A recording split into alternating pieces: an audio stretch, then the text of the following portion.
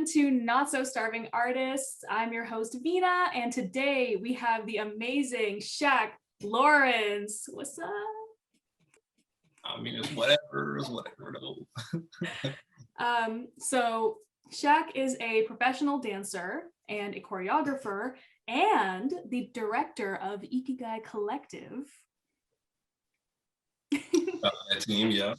He was part of the KAOS cast of 2020, 2021, and has danced for arguably one of the most famous bands of all time, or boy bands, BTS. Again, it's whatever, Just like, it's no big deal, right? That's definitely something everybody has on their list of things they've done. All right, so how about you introduce what we're eating today? Speaking of K-pop or Korean, I got KimChi Korean Delight. This is a Korean fried rice. It's just got, kimchi fried rice. Yeah, kimchi, it's nice and spicy. Got a little extra sauce. So this is like, you see the grease on the top there? I got a little chicken in there. And I'm a big fan of spicy food. So that's why I was just like kind of drawn to this. I just enjoy pain while I eat. All right, well, I can relate to that. I joined you. I got some spicy bulgogi. Oh, fantastic. Because I was also craving a little bit of meat today, you know what I'm saying? Yeah. And some spicy cucumber. The thing I love about Korean places, I got this from Owl of Minerva. On Not So Starving Artists, we like to support local. Unfortunately, all of my favorite local Korean places were closed today. Oh. So I ended up getting this from Owl of Minerva, which is like half local. It is a chain, but I think it's only a chain in Ontario. Honestly, I think that's the same thing with Korean. Kimchi. Oh my goodness, what is the name? KimChi Korean Delight. I think it's the same thing. I feel like there's a lot of them here, but I haven't actually had it anywhere else. Yeah, so yeah, we're kind of in the same boat here. Yeah, absolutely, 100%. All right, so let's take our first bite. Let's do a little cheers. Got my chopsticks. Oh, I ain't got chopsticks because your boy. I also got a spoon, so I'm not trying to be fancy. Okay. Cheers.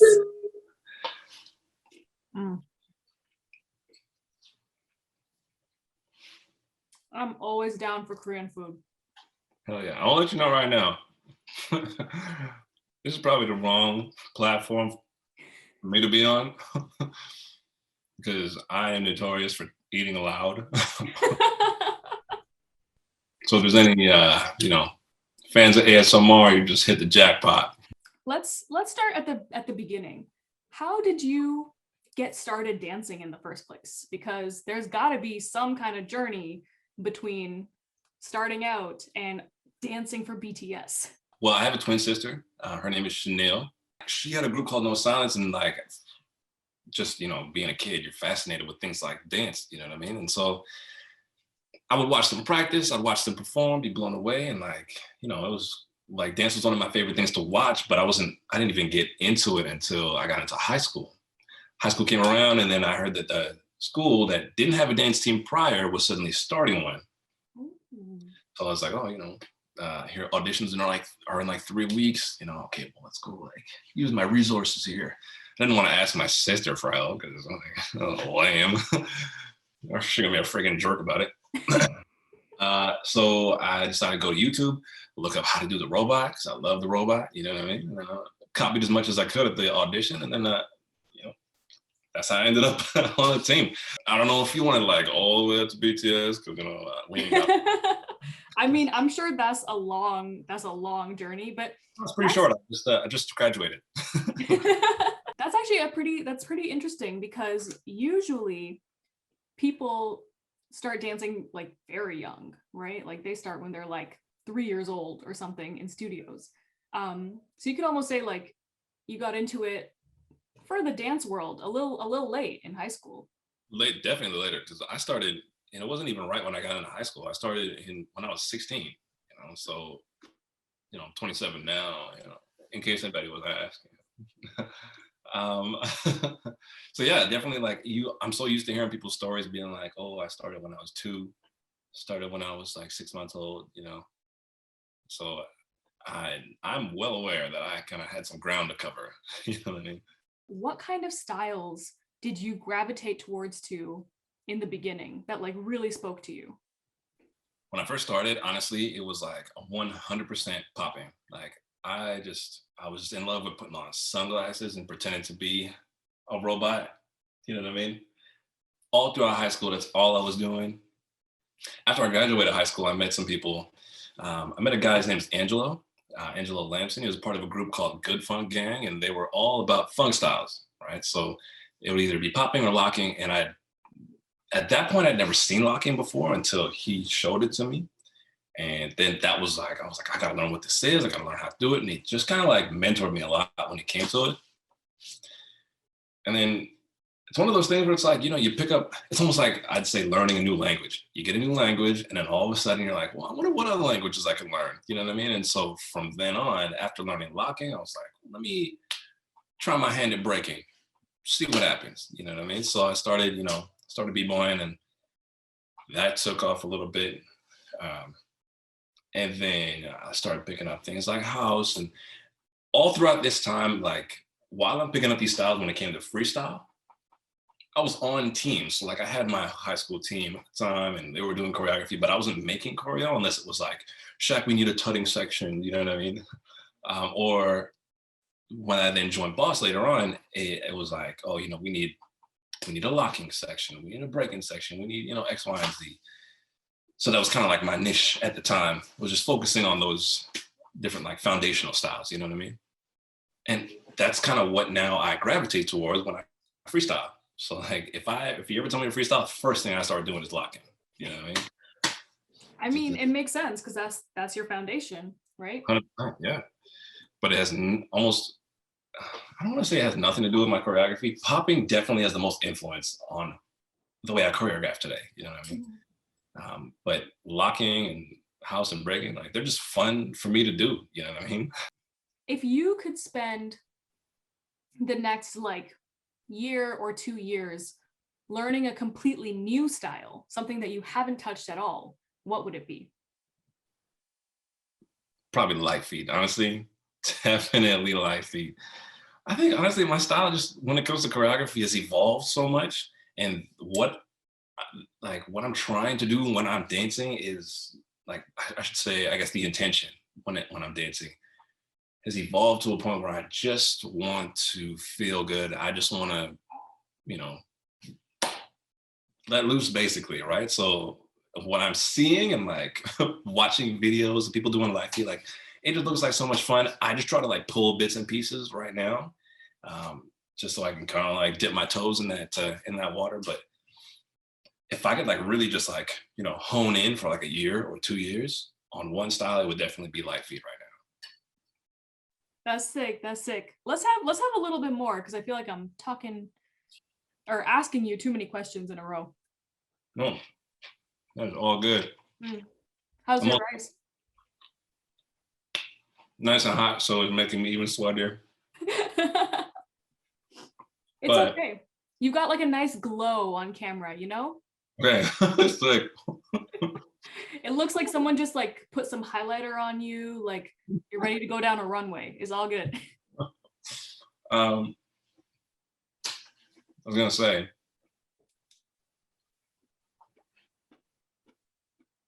it's sick because even though the food got here before I did, so it's sitting outside. But even though it kind of cooled off a bit, it's still spicy. So it's like, is it cold? You know what I mean? Yeah, I know what you mean. Have you ever had I think, oh god, I'm gonna butcher the pronunciation, but japchae, something like that. But it's like cold, spicy Korean noodles. Yes, yes.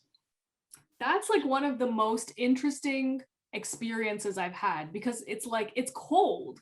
Yeah. But is it really cold though? Like I don't know what to feel. it's making me sweat. So Am I upset or sick? all right, so let's talk about your transition into commercial dancing? Because you talked about freestyling a little bit, but freestyling and dancing commercially are two completely different styles, or completely different, sorry, venues for your art. So how did you get started as a commercial dancer? Honestly, I wouldn't even call myself a commercial dancer. Like prior to, like I've gone to auditions, you know, and I'll take class, like I live in class, you know what I mean? But my focus has always been primarily on teaching rather than, you know, let's say, you know, backup dancing, because my entire like mindset in this whole journey, I guess, was that I wanted to always be the headliner. I didn't want to be dancing behind somebody, you know, and hope that I'm like seen or whatever the case may be. You know what I mean? I was wanting to, yeah, be the headliner. I wanted to be the Jay-Z, the Beyonce of the show. You know what I mean? But I also did tell myself, I was like, you know, if those opportunities if I should happen upon those opportunities, I'm not going to say no. You know what I mean? But am I like butthurt if I don't make an audition? No, absolutely not. You know what I mean? I'm about to move on. But that's why I'm like, you know, I call myself a commercial dancer. I don't really know if I should, because the focus has always been so much on, I guess, like community dancing. You know what I mean? But I just love to get down. So really, whatever the setting is, it doesn't matter. You know what I mean? So like really what I'm hearing is you're just dancer, period. No commercial, no adjective in front, just dancer. I'm just a freaking dancer, bro. If you want to put me in your commercials, I'll do it. But no, I'm not like commercial dancer and I just happen to do these things. I'm like, I just enjoy all of these aspects of dance, you know what I mean? Instead of like sticking to one. So speaking of happening upon opportunities, how did you happen upon dancing with BTS for their Love Yourself tour? Honestly, that was, I mean, I don't want to call it luck. I would say it was like basically harvesting the fruits of your labor. You know what I mean? It's one of those things where like you kind of planted a seed a long time ago, and all of a sudden, out of nowhere, you got an apple tree in your backyard. You know what I mean? Like, oh wow, like it's time for harvest. You know, so because I didn't audition, you know what I mean? It was like it. I happen to be, I'd say, right place, right time, and also happen to know the right person. You know what I mean? There was and obviously, like if somebody else who like knows 100% of the detail, you know, I may have a different story. It's like it is what it is, you know. But this is my perspective. This is what I think went down. You got an event coordinator in LA. You got an event coordinator in New York. I happen to know the event coordinator in New York. Shout out Angie, you know who you are. And when they were going on their tour, I guess like when it came to the legs in the US, they were like reaching out to the different event coordinators saying, hey, we need dancers for X, Y, and Z. And, you know, they would kind of put the team together to kind of fill that show, right? So when they were then going from LA to New York, like I guess both event coordinators kind of like, you know, were working together and like, hey, you know, put the team together. And then she was like, event coordinator happened to be in Toronto and I'm in Toronto. And she's like, hey, do you know of a group called BTS? And I was like, no. And she was like, oh, they're, you know, a pretty big K-pop band. I was like, oh, cool. She's like, do you want to like dance for them? It's like next month and it's like the pay is this much. And I was like, wait, how much? she was like, yeah, it's pretty sick. But it is pretty short notice. Like, are you down? And I was like, I mean, yeah. She's like, okay, we gotta be in New York from this time to this time. I'm like, okay, yeah, I'm gonna book that ticket literally right now. So what I ended up doing was going, I think I went to Toronto first and I took a bus down. Yes, I took a bus down to New York. Now, as I'm on that bus on the way to New York is when I was like, let me look these guys up, see see what this is. So this is behind the scenes dance team. And I was like, holy cow, like I'm looking at like headlines on Google and it's like biggest group since the Beatles. And like, I'm hearing that the shows are all sold out. I'm like, whoa, sold out. Like we still have like 2 weeks to go. You know what I mean? Like I said, right place, right time, like I feel like, it's like, would they have reached out to me if I wasn't in Toronto? I don't know, but I just happen to know the right people too, because even if I was in Toronto at the right time, if I didn't know the right people, it wouldn't have come together. You know what I mean? So I think networking is super huge because you never know. Yeah, you gotta have lots of friends, basically. Yeah, exactly. But also, I mean, it's got to be one of those things where you clearly made enough of an impact that this person felt like they could reach out to you and be like, hey, want to dance for the biggest boy band since the Beatles? I mean, kind of, whatever, She was like, she hit me up and I was honestly like, especially when I looked them up, I was like, is this a mistake? Like, do they have Black people who dance for K-pop bands? Are the fans gonna be mad? But funny story, before any performance, everybody gets a little bit of a, you know what I'm saying? A little heart starts going a little bit. But I think because of the sheer, like, just the size of the show, it's like my brain couldn't fathom what was going on. So I didn't get nervous, But, some of the people in the show, I'm not going to name any names. I won't put anybody on blast. People were throwing up, you know what I mean? Like, I didn't get nervous at that time, but like what I was more nervous for was what the response would be, like are people gonna be, like I am Black, but are they gonna notice? And then guess what? Like I was blown away. The response afterwards was mind blowing.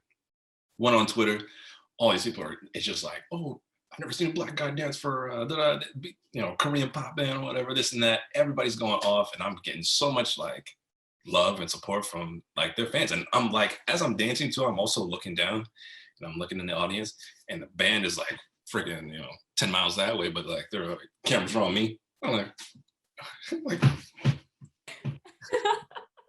I was like, oh wow, this is sick. Better not make a mistake.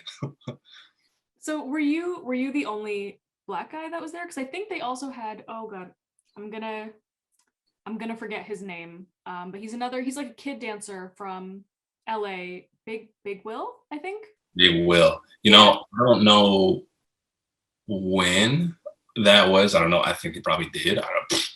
But people were making a pretty big deal about me. So I was like, yo, I will take it. And then I think there was a lot of people going off about it too, like, because we also had girls in the show. We also had like, there was like some Hispanic people in the show. It was just a really diverse cast. Like I really felt like I was a part of the Avengers for this show. You know what I mean? I was like, wow, this is amazing. And come to think of it, I miss those guys, man. So you like weren't a K-pop fan at all? I was not a K-pop fan, but you know what? In learning all those dances and like, obviously getting used to the music there, I was like, oh, this kind of slap, kind of, I don't know what they're saying, but damn. So on a scale of 1 to 10, how much of a K-pop fan are you now? How much of a K-pop fan am I now? Honestly, I would not say I'm a 10, but it's only because, again, I can't sing along to them lyrics. I feel like I'm like, I can't be in the car just, I'm not even going to try. But I would definitely, like, if some K-pop came on, I'm not mad, Some country music came on. I'm sorry, but I'm going to be a little upset. Not even Lil Nas? Lil Nas X, you know what? Lil Nas X. Okay, he goes. No But any other country music, just cut it off. Don't bring it around here. Let's talk about Ikigai. So you brought Ikigai to the world last July. Your first post on your Instagram was July 30th, 2020. And yes. what was your vision before starting the collective? I had a team prior to called Wolves.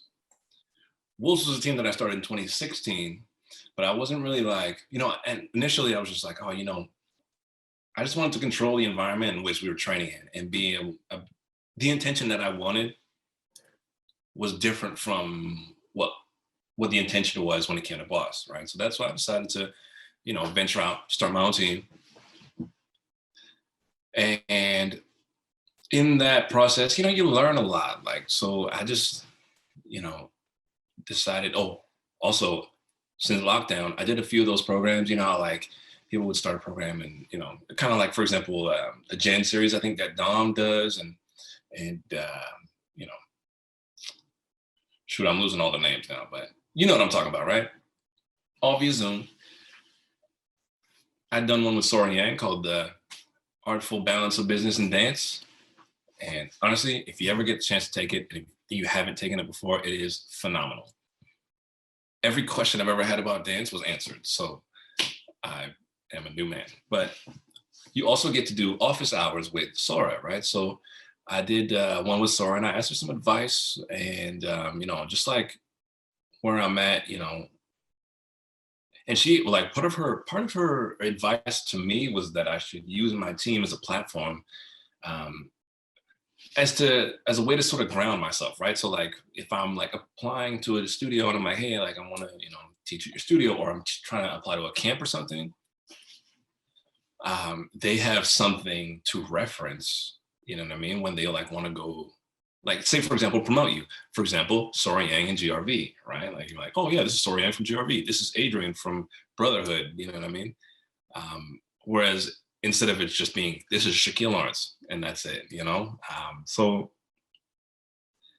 that's what her advice was to me. And I felt like because of the way that the team had kind of been, set up at the time, there was no point in keeping it the same, because there were different mindsets and, anybody who's directed a team, you understand, like you got to make sure that the people on your team, everybody in your boat got to be on the same page, or why otherwise somebody's drilling holes while you're not looking, and that boat is going down no matter how much you row. So I decided, let's just rebrand, and you unfortunately have to let some people go in the process, just so you can kind of like take inventory and make sure that everyone, to the best of your ability, make sure that everyone is on the same page, So that was kind of like what the approach was. I wanted the team to serve as a platform for anybody looking to pursue dance. I let everybody know, I'm like, hey, just so you know, like, if you want to pursue dance, that's amazing. If you don't want to pursue dance, that's fine. But as long as you're here, you have to be here. You know what I mean? You got to be helping out because, I'm sure you know, or maybe you don't. Maybe you know Mikey Harris. Yep. Okay. We may or may not be having him on this season or next season. So phenomenal. Mikey and I were both really trying to like do this thing, you know what I mean? So I'm like, we were upfront with everyone at the beginning, like, just so you know, like we're really trying to do this and we just are asking you to help us out. You know what I mean? Any team that you join is voluntary, you are joining it.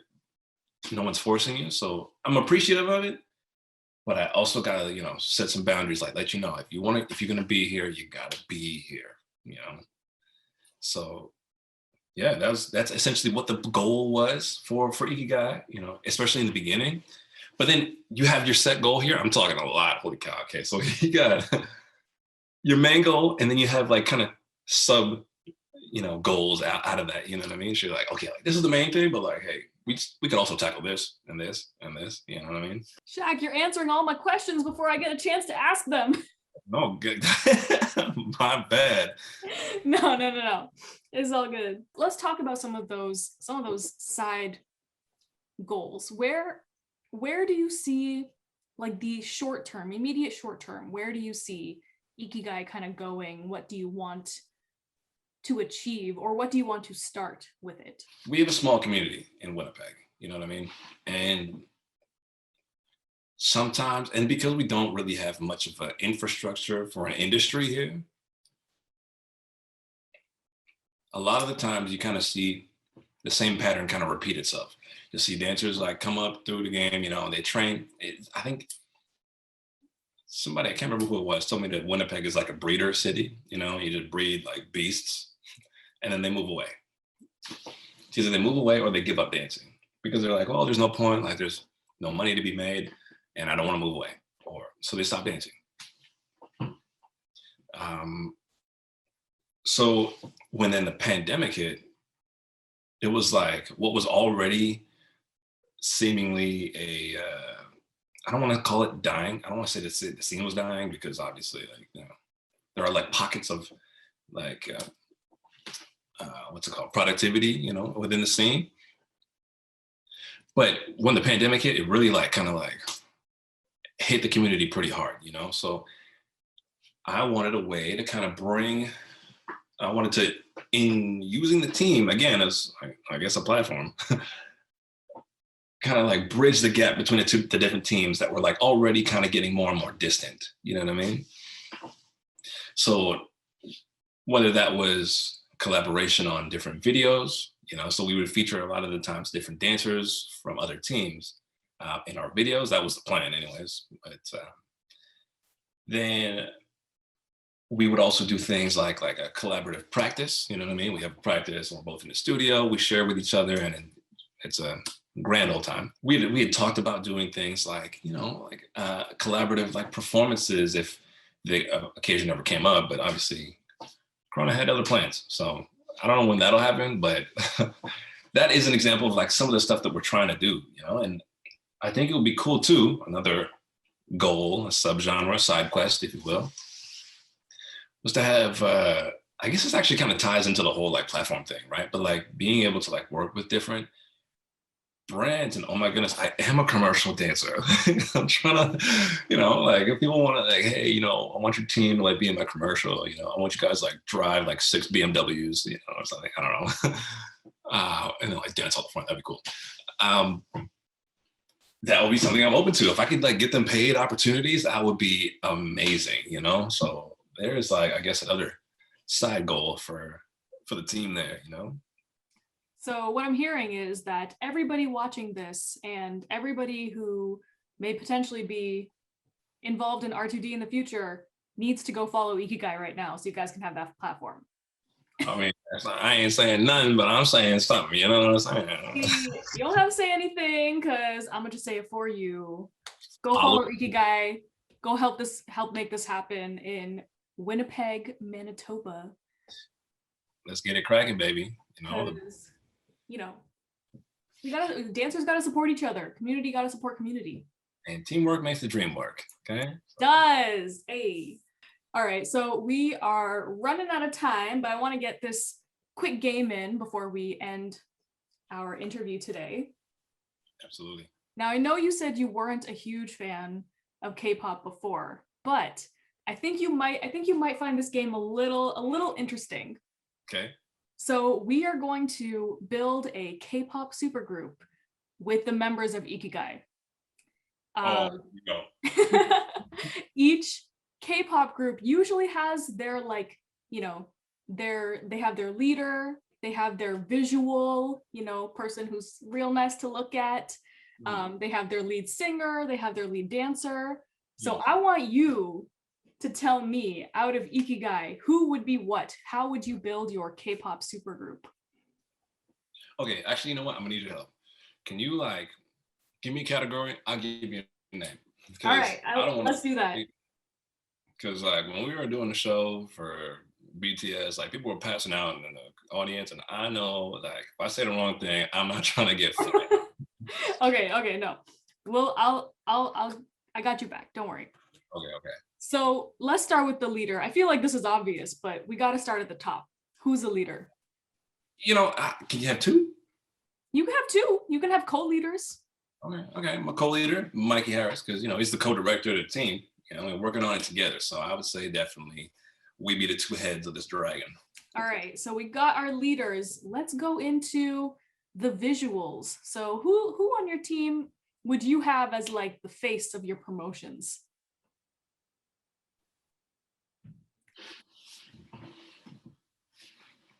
I also want to preface this. We're not trying to be mean to nobody. Everybody is beautiful in their own way. I probably have to go with Jacob and Ariana, a guy and a girl, you know, just, you know, Jacob just got that, you know, he just got that jawline, he's got the perm, you know, he's a specimen of a young man. You know, Ariana, great human being. You know, I ain't gonna say nothing, you know what I'm saying? I got a girl back home, you know, I was like, well, whatever. So who would be your lead vocalists? Who's the best singer? Mikey Harris and his brother Jacob. They are singing constantly. I could hold a tune, but those boys are singing. You know, they are something. Let me tell you, it's, you know, some people can kind of sing, and you know, there's people that can sing, and I think it's fantastic. But they are just naturally like gifted, I guess, especially when it comes to singing. So there's people who can they can sing, or they can sing, but they can sing is what you're saying. Exactly. All right, let's go with the last one, our lead dancers, and it can't be your boy. Can't be your boy, damn. Lead dancer for K-pop, honestly, I would probably have to go with this girl on the team, huge K-pop fan. Her name is Desiree. She is constantly doing covers of different like K-pop like music videos and stuff, and just she is on it, you know what I mean? So I would definitely have to put her at the forefront when it comes to like dance, especially in that setting, you know. And she's like super hard worker, you know. So hey, shout out Desiree. You know who you are, Desiree Brown. All right, so yeah, that brings us to the end of our interview today. Okay, amazing. I hope you had a good time, because I know I did. I was a little nervous, kind of. I didn't know why. So let's do one last little cheers before we head out. I bet I already got my mouth full. Hold on. All right, cheers. This is Not So Starving Artists. Everyone remember, support your local businesses, especially during this time, and we'll see you next time. Bye. Peace.